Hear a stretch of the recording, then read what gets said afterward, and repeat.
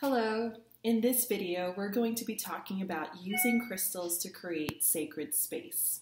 So I'm actually filming this video in one of my favorite sacred spaces, and this is my healing studio where I do energy work and body work and massage.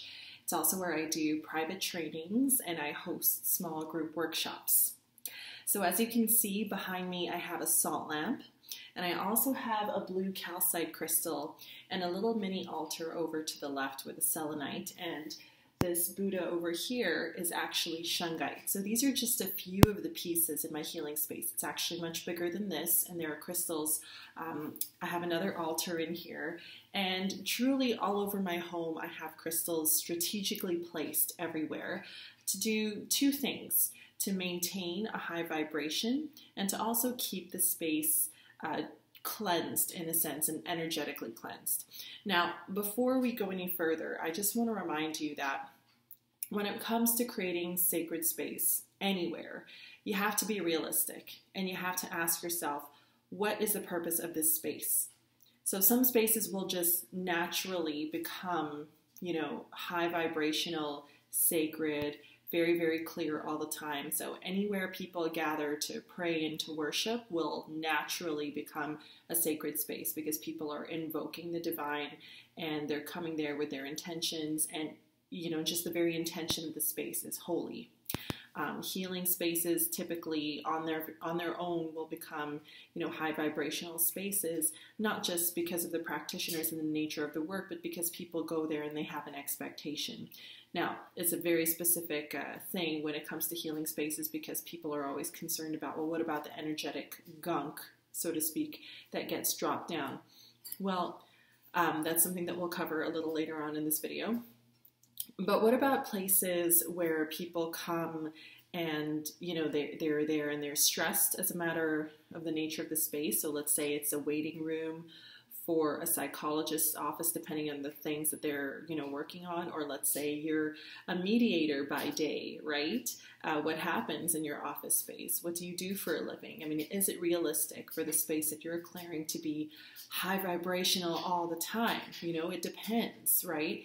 Now, that's not to say that some places, there's no point in clearing them because they're always going to be negative. That's not true. If anything, you have more of a responsibility to clear it more regularly, but you just need to be fair to yourself and to the space, okay? And you always have to adjust accordingly. So for example, let's say the waiting room for a law firm. And let's say it's family law where people are not going there for fun reasons. People are in the middle of huge fights and huge heartbreaks and lots of things are happening there. That's a lot of energetic gunk, and that's just the nature of the space. If you always feel stressed when you're there, I mean, it's probably because the majority of people coming there are kind of in the worst shape of their lives emotionally. And that's just the way that it is. And so what we do when we facilitate and we create sacred space, whether we use crystals or whatever else that we use, what we're doing is we're trying to just support the energies there, and we're doing our best. So that being said, some spaces need to be cleared more often than others. And it's just a matter of foot traffic and, of course, the nature of the work that's happening there.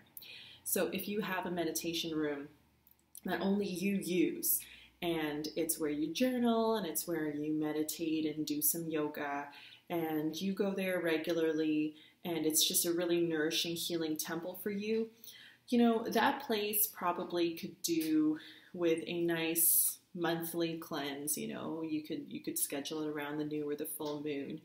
But if you have a healing space like I do, where you're seeing a huge amount of foot traffic and you're seeing all sorts of people all the time, then that's something that needs to be cleansed pretty frequently. So as an example, I cleanse my space before and after every single client. And then at the end of the day, there's another cleansing ritual that I do. And even before anyone comes in, there's a big cleansing ritual that I do. Okay, and it does sound laborious. It's not really once you get into the flow of things.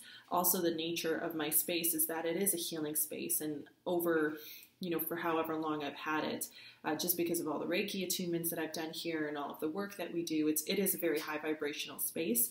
And a lot of my clients who are really, really energetically sensitive, they really say like, wow, you can definitely feel the energy here. It's really, really awesome. So I love hearing that, and I do my best. So Today we're going to keep it to crystals, and I'd like to also encourage you to think outside the box when it comes to crystals.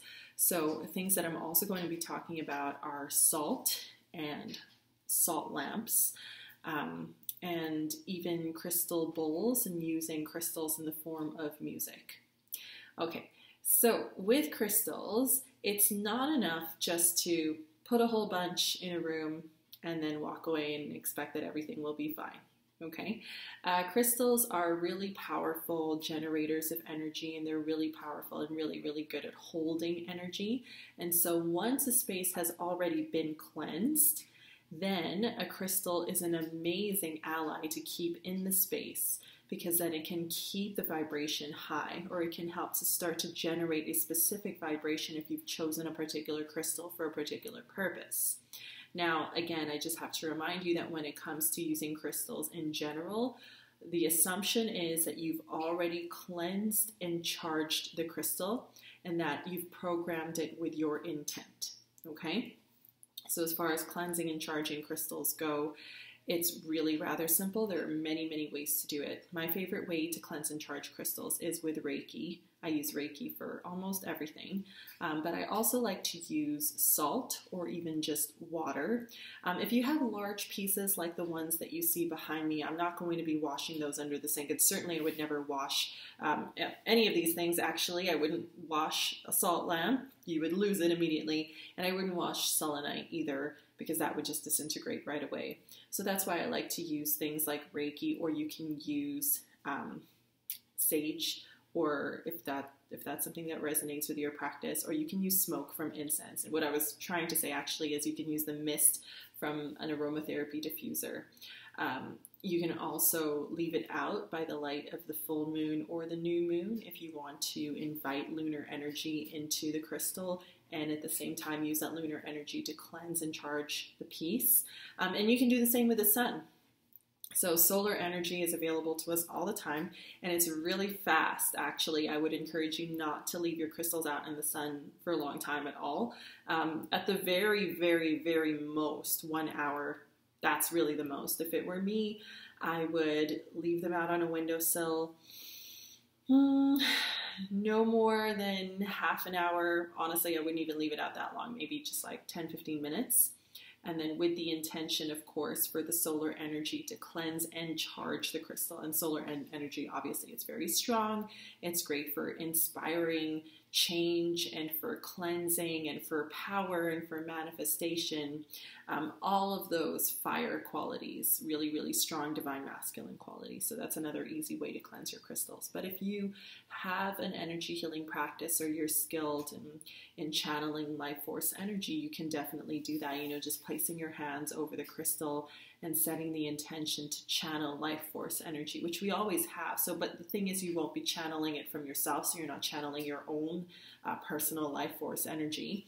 You could imagine, as you're breathing with your hands over or holding the crystal, you can just imagine a bright crystal light or a rainbow light entering through the crown of your head, and this light represents source energy, so the source that we all collectively draw from, right? So the source that started everything and that we're going to return to. So drawing that source energy through you, out through your palm. So inhale, drawing it in, gathering at the heart, and then exhale, feeling it pulse out through your palms and then going into the crystal.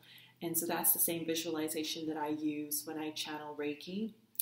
Usually I just draw the Reiki symbols over the crystals, and that works perfectly. And another really easy way to cleanse crystals is to put them in a dish of salt. So just your regular table salt, your NaCl table salt, put them in a dish and just let it sit there for a period of time. You know, maybe for a day. If you have a whole bunch of tumbled stones, you can do that as well. When it comes to tumbled stones, or when it comes to stones that I know that are safe to be washed, then I will probably just wash those, especially since I tend to buy my tumbled stones in bulk from a wholesaler, and they always come and they're really, really dusty. I put them in a colander, and then I give them a really, really good wash with cold tap water. Okay? So you've cleansed your crystals and you've charged them, and now often the way that you've cleansed them will also charge them, but you can also intentionally charge them after cleansing them. you can charge them, again, same thing, with lunar or solar energy, with Reiki, which is why Reiki is what I use, because it's just a lot faster, with life force energy, same idea, with your intention, and again, so many different ways to do that. And then with your final intention to cleanse the room, there completes the trifecta, the piece. So you can choose crystals based on their natural ability to dispel and to disperse energetic blockages and to just naturally clear space. As you know, there are a lot of crystals out there that just by their very nature are really, really good at blocking and transmuting negativity and for re-energizing a space. So examples like that would be like black tourmaline, jet, any of your black root chakra crystals, smoky quartz for sure, even petrified wood, and your red crystals, so your rubies and your red tourmalines, all of those. So your root chakra stones, the stones that typically resonate with the root chakra, like I said, are really, really, really good at just being a protection and holding that energy of protection, okay? And not so much that they block negativity as much as they literally just transmute it and they turn it into something better. So it's kind of like recycling the energy or recycling that air. And the wonderful thing about those crystals is for some reason they don't tend to take on that energy because they've changed it, right? So of course, that being said, when it comes to cleansing crystals, the caveat to using crystals to create sacred space is that now you are responsible for making sure that those crystals are regularly cleansed, because again, depending on how hard they're working, you might have to cleanse them more or less often. So again, for example, the crystals in your meditation room probably would be good for, once a month, just a nice ritual just to show your love to the crystals. But if you've got crystals that are in your entryway or in your bathroom that you're using many times a day, or in your healing space or in your office or in your waiting room, that's probably something that you'll want to just pay attention to every day. And so that means you have to find a way to cleanse your crystals quickly and efficiently, because it does nobody any good if you have to take all of the crystals down from their random spots and then place them in individual dishes of salt and then do your big ritual. I mean, you can do that certainly if you want to, but I think you're just going to be using up a lot of time that you'd probably prefer to be using doing anything else, right? And so again, like I said, Reiki does it within seconds, or you can take incense, and any kind of incense will work as long as it's, it resonates with your intention. You can buy lots of great incense these days, and they already have an intention written on them, or they're crafted for a specific purpose. Or if you've made your own incense, then you know the herbs and the essential oils and the properties that are in them that will give them that intent. Just walking around the space in a counterclockwise direction. So counterclockwise is the direction that you walk around, or that you use anytime you're working in a circular motion, whether you're walking or you're waving your hand around. Counterclockwise is the way to go to draw away negativity. Okay, so it's like really cleansing the area and just removing anything excessive that is not necessary for that space in that time. And then if you have time, if you could go around again clockwise and just to re-energize the flow. So a cheat sheet for this is just to think that counterclockwise negative, draw away negativity, and then clockwise positive, draw back in the positive energy. It goes a lot deeper than that, of course, but that's just a quick way to remember it. If you only have time to move in one direction, I always just move counterclockwise just to cleanse everything away, all right? So just keeping that a part of your regular ritual with your crystals. Now, that being said, I don't want you to think like the crystals are really weak. Crystals are very, very strong. And the great thing about using them as allies for creating sacred space is they become like healing tools, and they become very good at their job. They learn what it is that they're supposed to do. So for example, if you do have a high stress waiting room and you're just trying to create sacred space for your patients or your clients, and you want everyone to feel calm and safe and chill, your crystals will know that. Your crystals will get used to the energy that's coming in there, and they'll start to attune to the space, and they're not going to drop down to that space, right? They're going to know you've given them a job. They're going to know that it's their job. So they're going to be allies for everybody there. They're going to help to support that space. And crystals do this in such an amazing way that's really quite unique to them versus any other form of earth matter that you could use.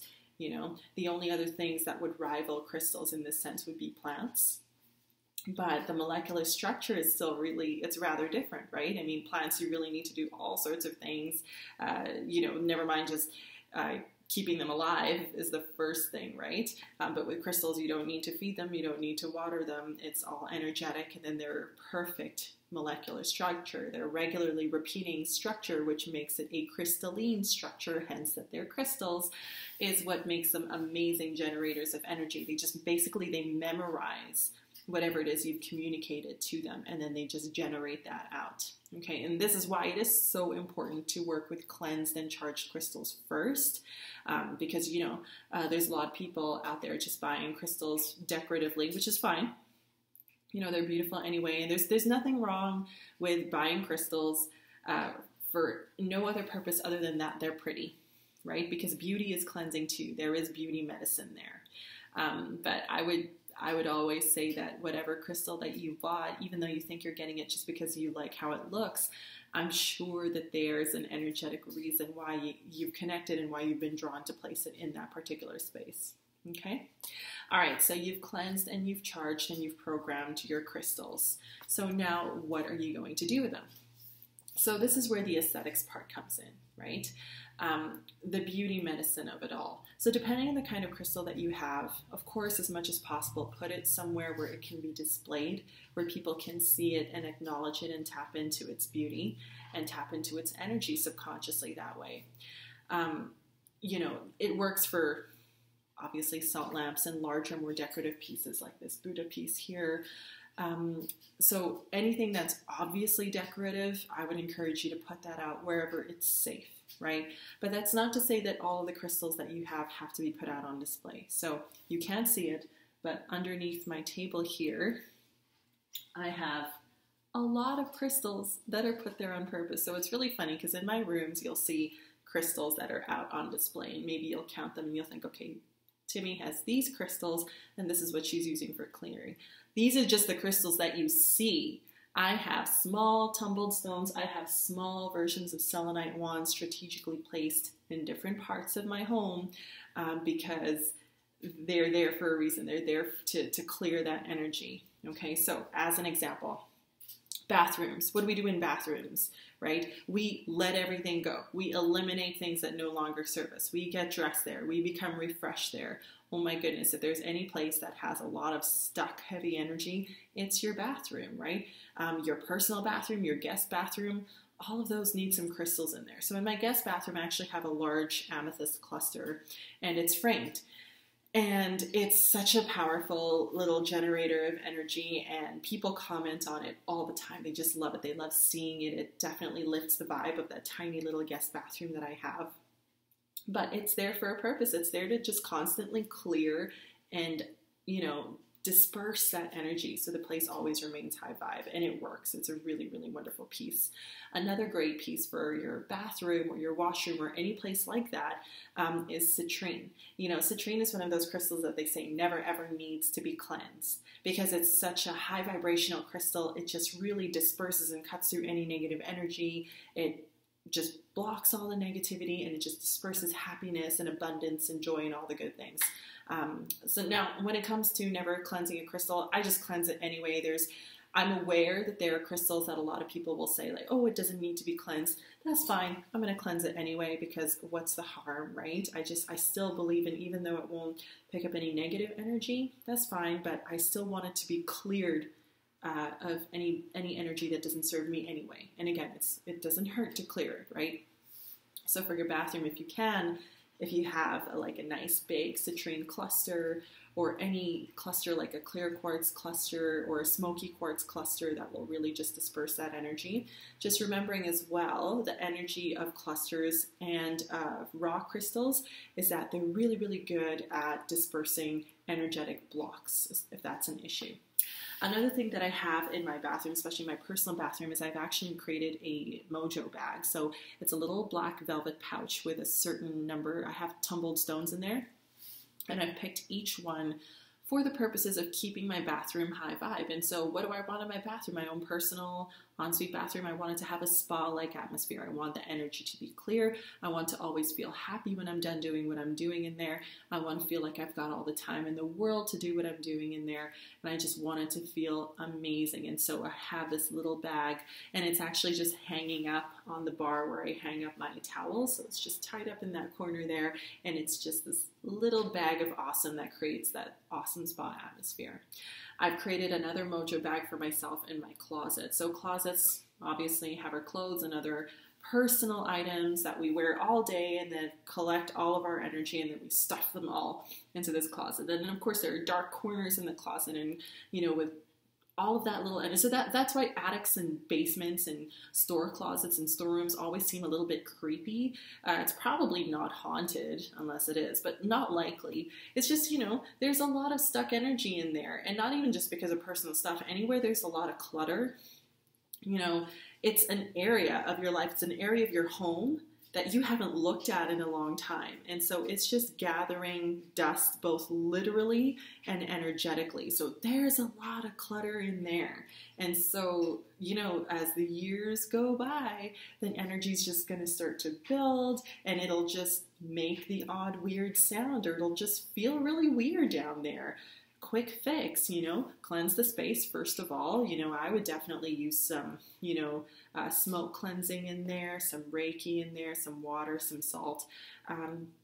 If you have some crystals to spare, you can make a little mojo bag and keep it in your storeroom, hang it up in a corner, or place it somewhere. And it's a little bit tricky in storerooms, right? Because it might just get confused. You might lose it forever because it's a storeroom and you've just put another little bag of random stuff, as it seems to the rest of the world. Just be strategic about it, I actually know somebody that when she was having her house built, she asked the contractor to place crystals in her walls. And it sounds really, really awesome, and it was such a great concept. But what it is, she just picked some tumbled stones, and as they were building the drywall, she just taped them. She just asked if she could just tape them in, and so they're literally within her walls. So it's really that simple, right? And if you were to do something like that, just making sure that you're regularly going around intentionally clearing those walls and knowing that there are crystals in there, right? That is really important.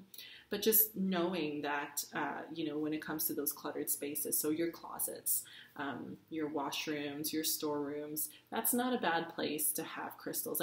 Obviously this is probably not the place for you to put your expensive decorative crystals, right? You want to save that for, spaces where people can really look at them and appreciate them. But we all have tumbled stones that are not being used. I don't know about you, but if your crystal collection has amassed over time, I'm certain there are crystals sitting in your drawer and they're just waiting for a job. And so if you're looking to give them something to do, find a little pouch for them and then hang them up in those spaces. Okay. Another way to use crystals is to adorn your altar. So just to give your altar a bit of a theme. And then this is where you can also start to use crystals a little bit more strategically. So depending on the kind of room that you have, like I said, with my bathroom, I'm looking to create a spa-like atmosphere.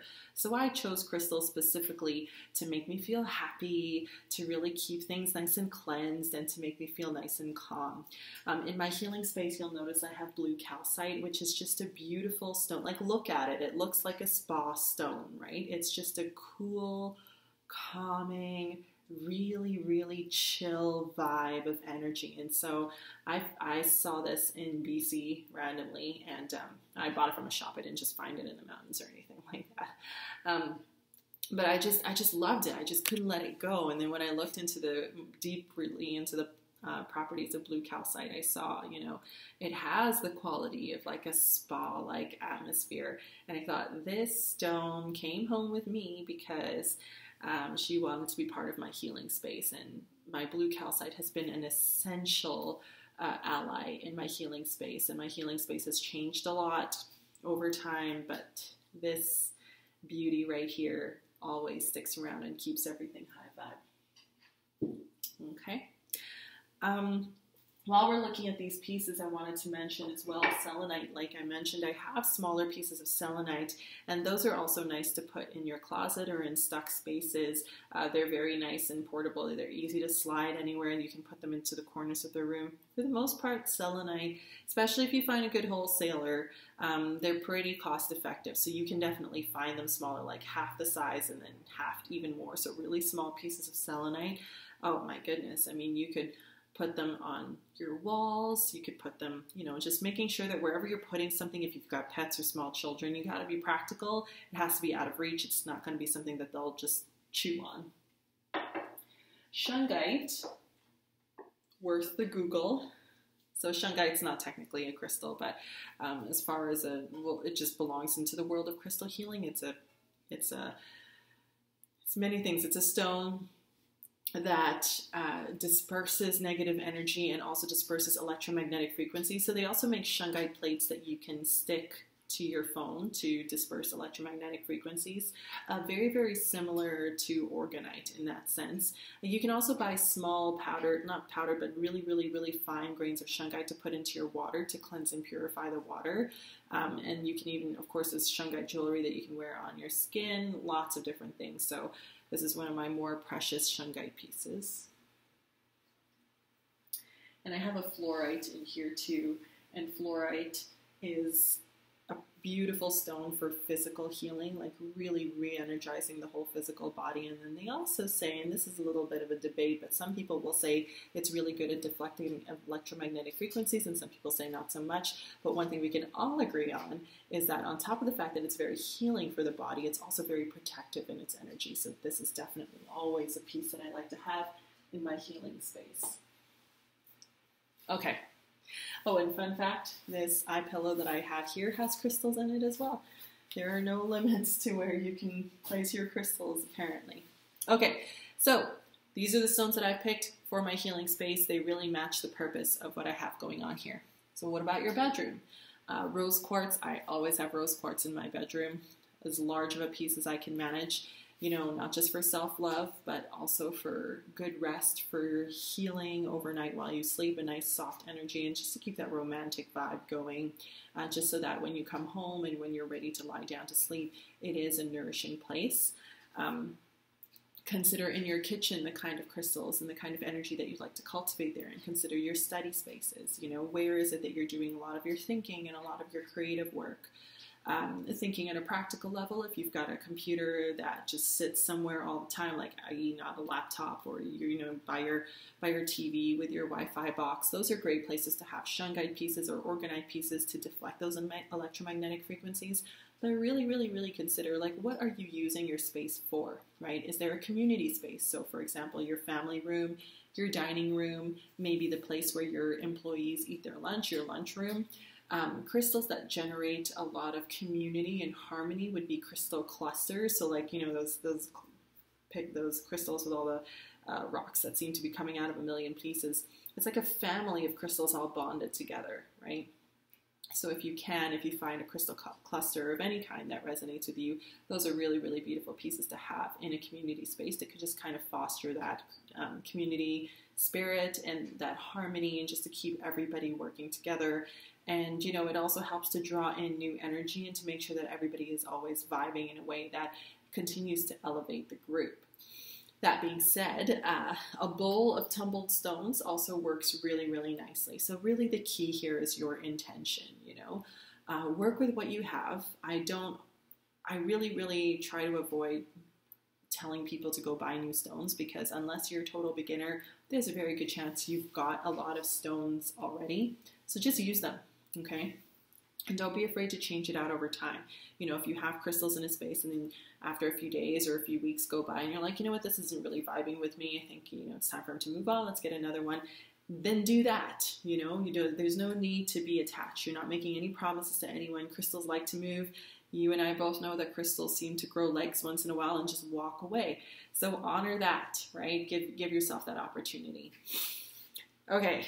So when it comes to being creative with crystals, I mentioned salt. So when it comes to cleansing a space, even before you've even placed a crystal in it to begin with, salt is one of the most powerful tools that you can use. So salt is technically a crystal, sort of. Salt and crystals really draw on that earth energy. There's something very special about salt, and I mean table salt. There's no need for you to go and get fancy pink Himalayan salt or anything like that. Just your table salt. Extremely powerful cleanser. You know, I have a spray that I made, and one of the main ingredients is salt, and I call it my Ghostbuster spray. Not because I'm implying that it will do that, but it's just my tongue-in-cheek way of saying this is just a very powerful cleanser of energy. You don't need a lot. You're not trying to flavor food or anything. Just a touch of salt. Sprinkle it around in a counterclockwise direction, or you could just put a pinch of salt in a spray bottle of water, give it a good shake, and then spray that around in a counterclockwise direction. Really excellent way to clear your room. Another thing you might want to consider keeping on one of your altars is a dish of salt, ceremonial salt. And we're just calling it ceremonial because it's table salt that we've decided to use for a particular purpose. So, little dish with some salt, and you can keep that there as a representation of the element of earth. And if you have tumbled stones or any stones that you just like to cleanse, like really, really, really supercharged cleanse, place them in that dish of salt. Leave them there overnight and then take it out. You know, it's a really, really nice way to work with that. You can also use sand, which, okay, we're really, really pushing it now, I realize, definitely not a crystal, but sand also draws on earth energy. And you can have a dish of sand and use that to cleanse your crystals, or you can sprinkle it around the room again. So obviously, again, the caveat to this is I'm not asking you to put sand all over your home. I've got kids, so sand is like my worst enemy, right? In the summer, sand infiltrates my home and it's just the worst thing ever. And so sand, salt, why would I want to sprinkle that all over my home? Again, we're drawing on the energy, so you're using just the tiniest amount. And then don't worry if you end up sweeping it shortly after, because it's not so much the physical aspect of it that we're drawing on, it's the energetic aspect. And if you're really concerned about that, then again, just easy fix, mix a tiny bit of salt in some water, put it in a spray bottle, and then spray it around the room. So really, really effective. If you've never done that before, I would highly recommend that you do. I mean, if you want to spice things up and put some essential oils and some herbs into that bottle and then call it Ghostbuster spray like I did, then why not, right? You know, always choosing herbs and essential oils that resonate vibrationally with your intention. And hey, throw a tiny little tumbled stone in that spray bottle while you're at it, okay?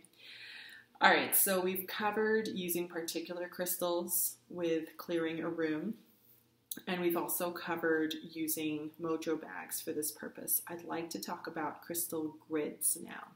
So you can absolutely create a crystal grid and have its purpose be to cleanse and charge a space. I actually have in my upstairs altar, just on the landing on my second floor, a tiny little crystal grid. And that's just a permanent fixture that I have. And initially, when I drew up the grid, or when I created the grid, it was for me to support me emotionally and spiritually. But over time, I got the sense that the grid was really holding everybody and was really just keeping everybody safe. You know, the second floor is where all of the bedrooms are and where everybody sleeps. And so I was just really getting a vibe of stability and structure and rest and rejuvenation from that grid. And so that's what its purpose has become.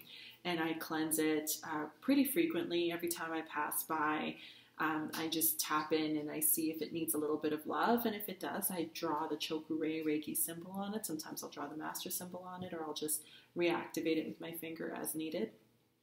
So that's a permanent grid. And typically, if you have a crystal grid that you'd like to use for a cleansing purpose, it probably would be a more permanent grid. Another way to work with that would be to glue it onto a board or to glue it onto a piece of paper, and then you can frame that and have that in a room, and that is an extremely potent and powerful way to use crystal healing energy in a room. So not only are you keeping the space clear and cleansed, you know, whatever intention you've infused into that grid is going to be humming at a very, very high level. So if you've never done that before, do give it a try. So we're talking about microgrids right now. Like my little grid upstairs, my second floor is like this small. You know, the grids that you could frame are probably going to be yay big. But can you make larger grids? Of course you can. What some people have done is they've gridded their entire homes. So this is almost like what we were talking about earlier with putting little tiny pieces of selenite up against your walls, however you want to do it, or that person we had mentioned who had crystals built into her walls, right? But if you have an opportunity, you know, looking or drawing a map of your home from an aerial view and seeing if you can actually create a geometric pattern with the crystals and then placing them in and around your home. So as an example, looking at your first floor, knowing your front door is here, you've got windows here and here. And so where can you put crystals? If you wanted to create like even something as simple as a square, let's say you had 4 crystals and you wanted them to go in a square position, 1, 2, 3, 4, all around your home, just finding out where those points are. And maybe this crystal goes on an altar and this crystal happens to go on a shelf. This one has to be strategically placed on top of your main doorway, and then this one goes, I don't know, in a drawer or something like that, right? And then making sure, of course, you've cleansed and charged your crystals.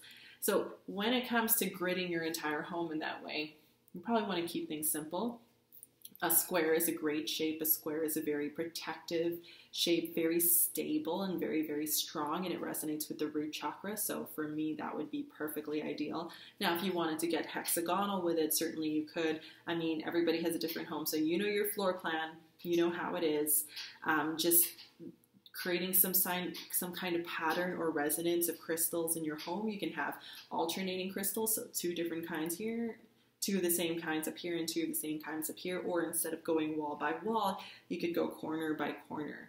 And if you didn't want to do your entire home, then certainly you could just start with your room and see how that feels. So in your bedroom, most bedrooms are, you know, square or rectangular, right? They're quadrilaterals sometimes, right?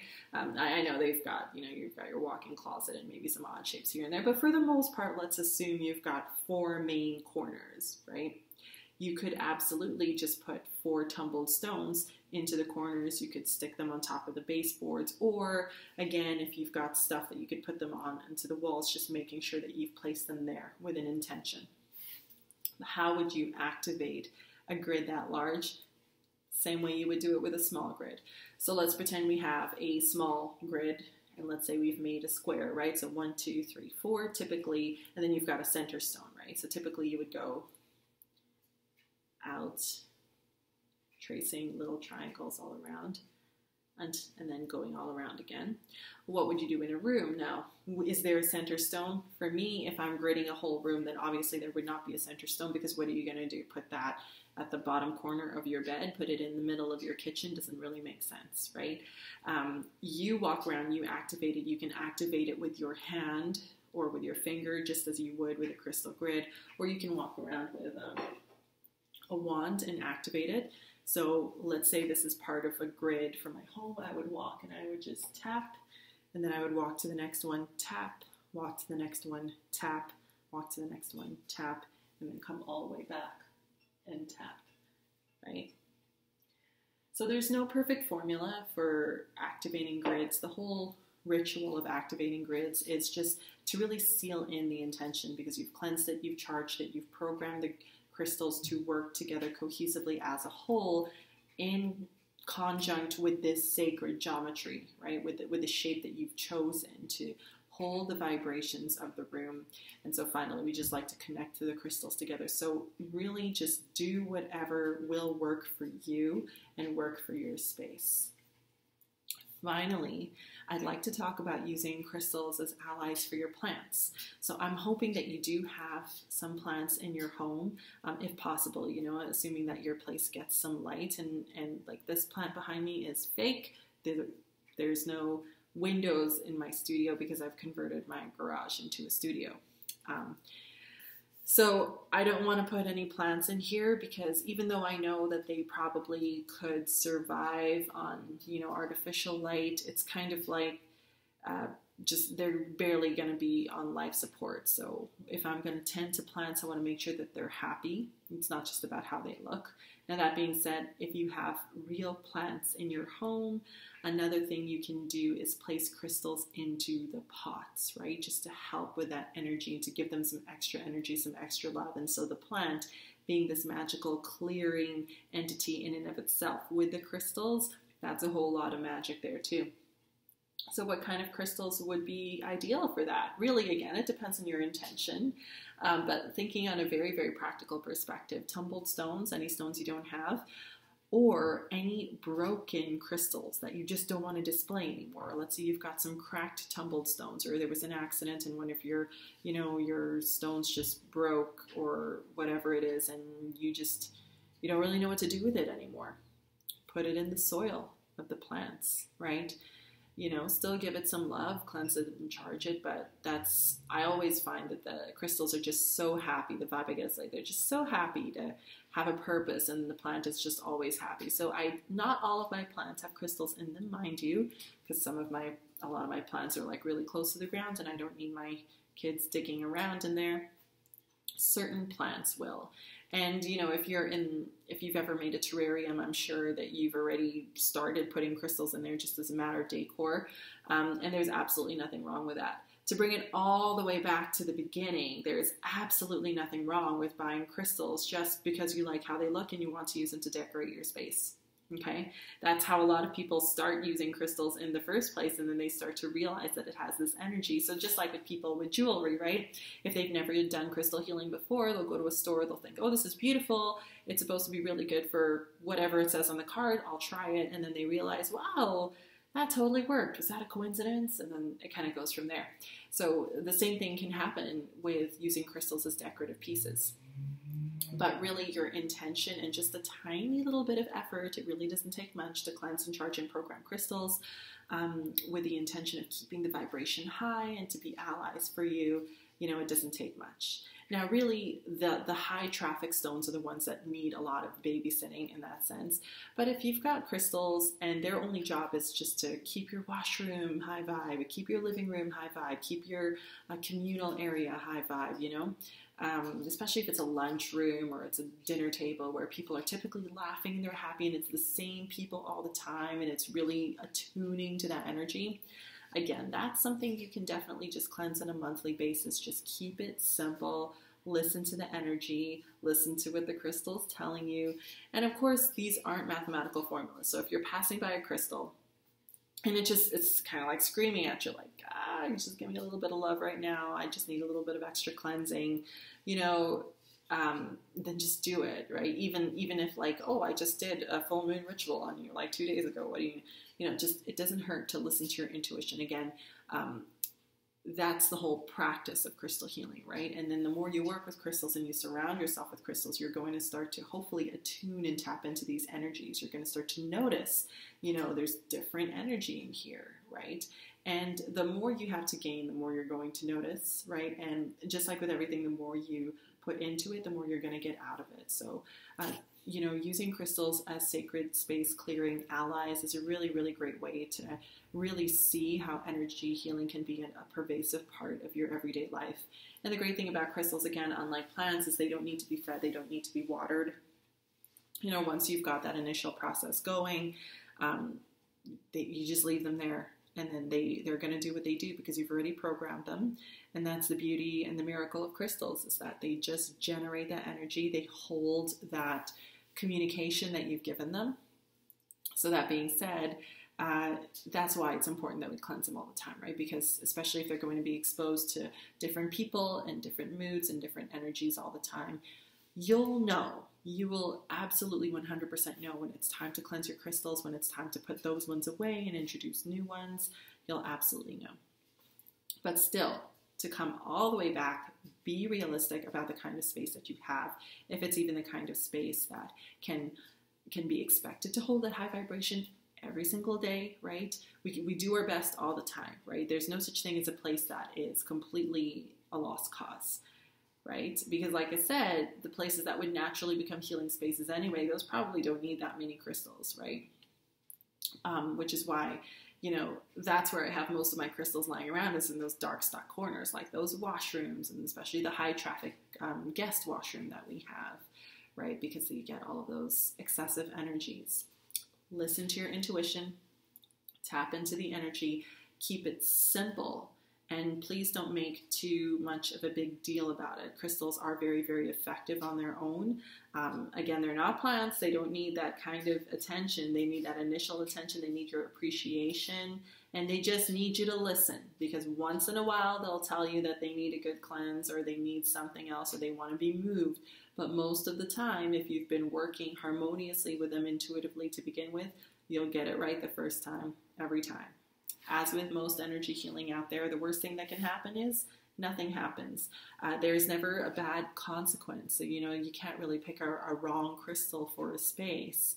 You know, there's always going to be exceptions to the rule, but generally speaking, it's not like everything will go to crap just because you picked a different crystal. Like, for example, if this crystal here decided to walk away one day, it's not like my healing space would all of a sudden become a stressful place, right? Unless I decided that it would be so, right? It's always going to be our dominant energy that's going to run the show every single time, okay? All right, one last thing I'll say about crystals with energy healing. So always please make sure that you've really intentionally cleansed the space beforehand. That's not to say that you can't use a crystal to cleanse space. So as an example of that is if you had a smoky quartz cluster and you walked around the room in a counterclockwise direction, and your intention was to have the smoky quartz just transmute and, you know, draw away that negative energy and unstick it. You can absolutely do that. But really the talent of crystals is they're just beautiful at standing there and holding space and generating high vibrational energy. And most effective if the space has already been cleansed beforehand, whether you use herbs or smoke or Reiki or whatever it is, or your intention. So as a good example, imagine that you haven't showered for weeks and you have somewhere special to go. You have a cup. Ideally, in a perfect world, you would shower and then you would go wherever it is that you were supposed to go. But let's say you were really short on time and you didn't have much of a choice. Most of us, and we've all done it, will think, okay, I'll just put some body spray or some perfume on, right? It's better than nothing. And you're right, it's absolutely better than nothing, but ultimately it's better than just smelling like your stank. But then really you're just gonna smell like your stank and flowers, you know, your stank and Calvin Klein. Which again is better than just stink. That's kind of what will happen really if you have a place that you haven't cleansed beforehand and you just bought some crystals from the store and you didn't really think about it and they're beautiful and you're just going to put them there. And so they're fine, but if you haven't cleansed them and you haven't even cleansed the space, I mean, you still have the energy of that space and the crystals, which is still probably better than nothing. But I think you get my point, right? Like definitely they're great for holding that vibration high. And this even reflects with energy healing. I make sure that everything is cleared first. And then when everything is where I want it to be, the crystal will keep it so. Okay. So I hope you had a good time. And I hope that this inspires you to start looking at the crystals in your collection and start considering how you're using crystals in your everyday life and just really tap into that energy. And at the very least, to be appreciative of the crystals that are already holding space for you. Bye for now.